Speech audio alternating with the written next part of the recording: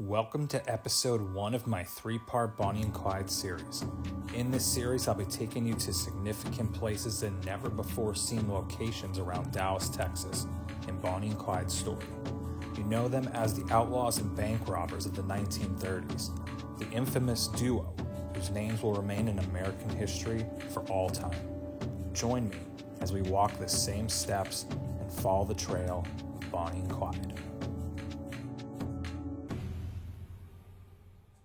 What is going on, everyone? Welcome back to the channel. Welcome to the 3-part Bonnie and Clyde series here in beautiful Dallas, Texas. Skyline right behind me. Welcome to episode 1. We're starting things off right, starting basically at the location where Clyde Barrow grew up. Welcome to the Trinity River Park. I'm specifically at the Trinity Park Overlook. We're back in the day. What you see right there, the wetness, the marshlands.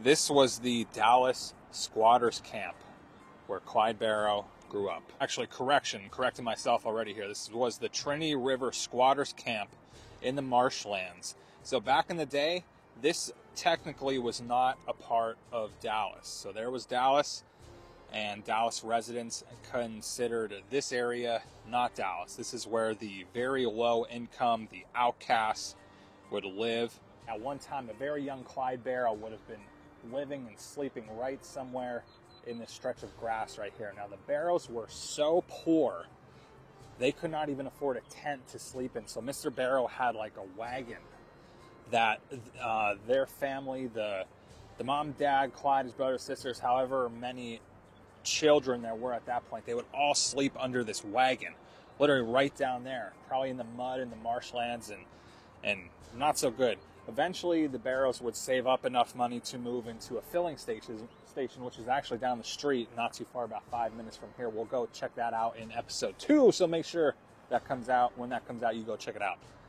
But right down here, this is where the Bonnie and Clyde, specifically Clyde Barrow story, all begins. I was reading this article online once upon a time, and it talked about basically a young Clyde Barrow living down here. And, you know, he was obviously dirt poor, barely had any clothes to fit on, probably covered in mud most of the time. I'm sure they bathed in the river, which is, you know, you could see right there.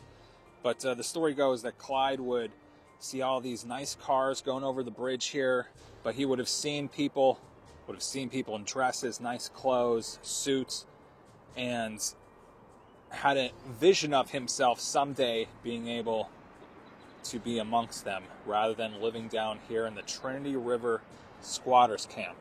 Next, we are heading into East Dallas. Right now, we're technically in West Dallas. We're over the bridge. There's Center City. We're going to go to East Dallas to Hargrave's Cafe. This is the cafe that Bonnie Parker once worked at before she even met Clyde, still when she was engaged to her first husband. But guess what? It's still there. I was there years ago. Didn't think it would be there still, but it is. Let's go to the old Hargrave's Cafe.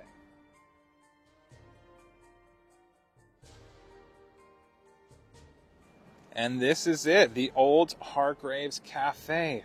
Wow. Like I said, I still can't believe it's here. It actually says available, so I guess maybe they're going to try and rent it out. Not sure. So in the year 1928, Bonnie Parker started working here after she separated from her first husband. Basically, back then, in the Depression era, there was 3 jobs that a young girl like her could do. They could either work in the factories, they could either work in a restaurant or a cafe like this, or they can become prostitutes. So Bonnie Parker was a very ambitious young girl. She originally wanted to be a poet, but, you know, at least she was smart enough to go work in a cafe rather than become a prostitute. Now, one of the crazy stories about this is one of the police officers who ended up killing Bonnie and Clyde during the ambush was a deputy by the name of Ted Hinton, who was the youngest of the posse. He went to school with Bonnie, was friends with her, and he would come in here and get lunch. I don't know if you could see. Oh, yeah. Look at that. You can see pretty darn good inside. Doesn't look anything like a cafe today, but this was once our graves where Bonnie worked.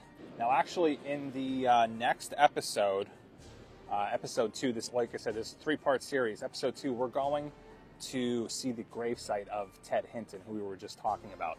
But I have a cool story that happened here with Bonnie. So Bonnie, like I said, was working here. There was a laundromat nearby, not exactly sure where, but there was a story that a girl told that this girl who worked in the laundromat and a few others who worked there, they weren't allowed to leave to go and get their lunch. What Bonnie would do is Bonnie would walk out, take their orders, come back, get their lunch or whatever prepared. She would take it over to them. They'd pay her, and then she'd come back. And that was kind of the type of girl Bonnie Parker was before she got hooked up with Clyde Barrow. But like I said, this building's still here. How nuts is that? Freaking awesome.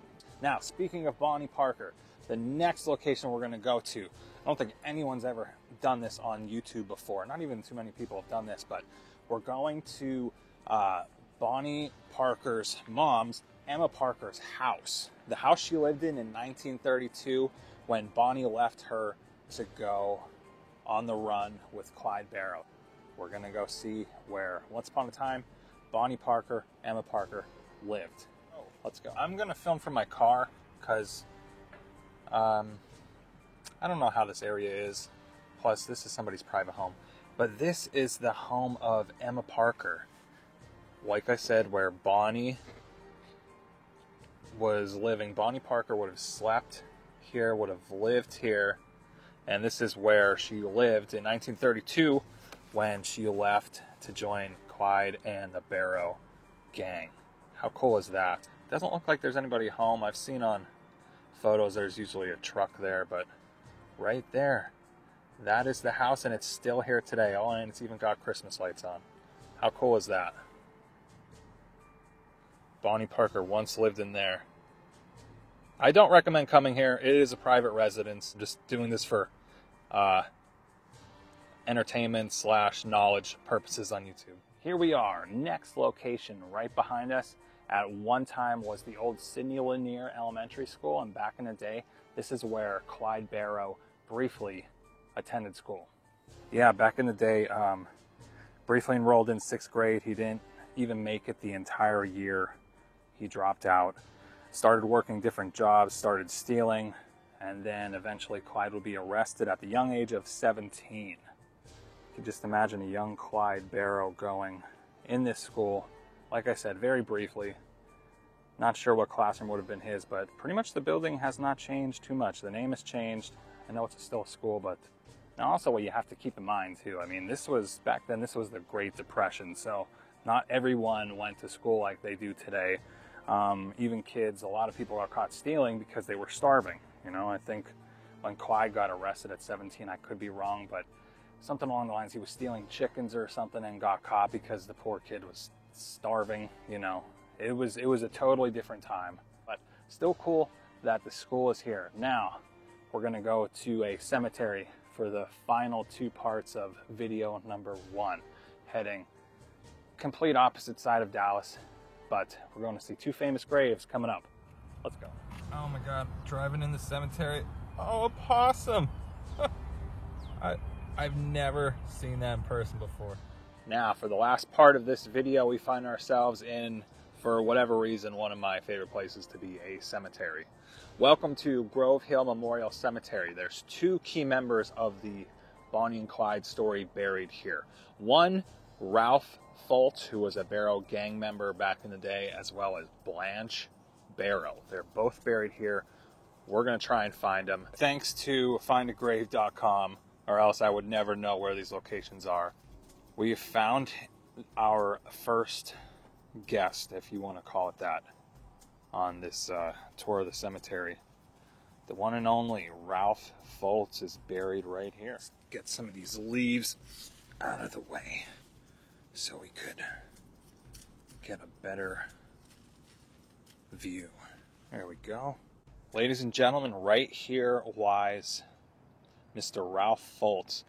Besides, obviously, Bonnie, Clyde, Buck Barrow, Blanche Barrow, and Ray Hamilton. Ray was probably the only non-member of the family who was probably the most famous. I do recognize Ralph Foltz's name before. I think he's been mentioned in some Bonnie and Clyde movies in the past, but in his younger days, because you could see, he lived all the way to 1993, a year after I was born, 1911 to 1993. So he did die an old man, and he did straighten out his life and change his ways. But obviously back in his younger days, he was a member of the Barrow Gang. Died at the age of 82. Now, our very final part of this video. We are going to see the gravesite of the one and only Blanche Barrow, the wife of Buck Barrow, Clyde's brother, sister-in-law of Clyde Barrow. I've never seen their grave before. I've never been to the cemetery, but she's a very famous character in the Bonnie and Clyde story, and I'm excited to go pay her a visit and see her gravesite. Once again, thanks to findagrave.com, I was able to find her. My wife made a good point, because she was like, well, I'm looking for Blanche Barrow, but she remarried. So here she is. Blanche B. Fraser. January 1st, 1911 to December 24th, 1988. So just a very short story on Blanche. She married Buck back in the day, was her second husband.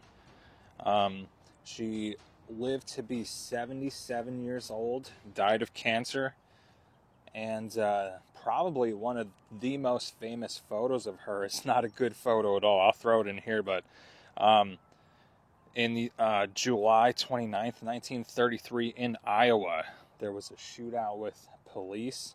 This is where her husband, Buck Barrow, was fatally wounded, and Blanche was captured. The police got out shooting. Yeah. They come in shooting, brought the car in the garage. So they just had to shoot their way out. Everybody got shot in here. I was upstairs. I set my little dog up on the table so he wouldn't get shot. And then when did you? I told him to get in the car, and he was supposed to get in the car. And Clyde wanted me to push the car. I helped him push the car out. Because everybody out of the garage. Yeah. Everybody was supposed to get in the car before it left the garage. Yeah. She's 6 feet below us. I've never been here before. I've never seen her grave, but the one and only Blanche B. Fraser, also known as Blanche Barrow, member of the Bonnie and Clyde Barrow Gang. Coming up in episode 2. Filled up your gas tank right there. Here he is, the one and only Ted Hinson. Motorcycles near Parker and Barrow's car, thinking motorists needed assistance. When they approached, they were shot. But this was pretty much the road in and out of Dallas back then.